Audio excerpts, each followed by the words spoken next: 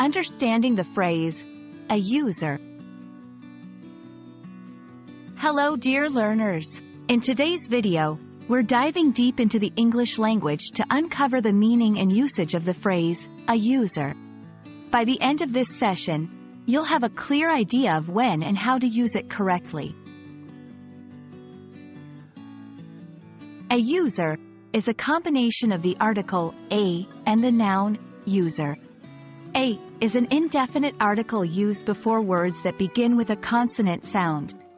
User refers to a person who uses something, especially a computer, system, service, or product. Together, the phrase implies one individual person who is employing, operating, or consuming something.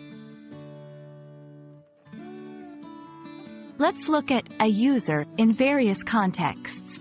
1. Computers and technology. A user logged into the system. In this case, it refers to someone who accessed a computer system.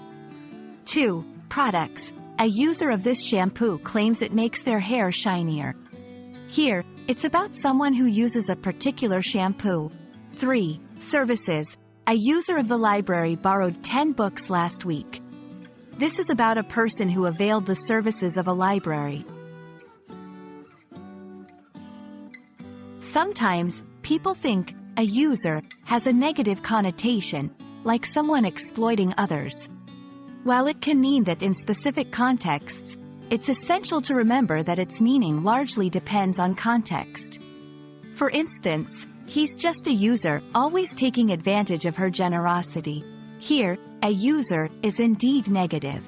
A user reported a bug in the software. In this situation, a user is neutral and simply means someone who uses the software. Alright, learners, we've explored the phrase, a user, looked at its meaning, contextual usage, and addressed misconceptions. Remember, context is key. We hope this video shed light on this simple yet versatile phrase. Keep practicing, and we'll see you in the next lesson.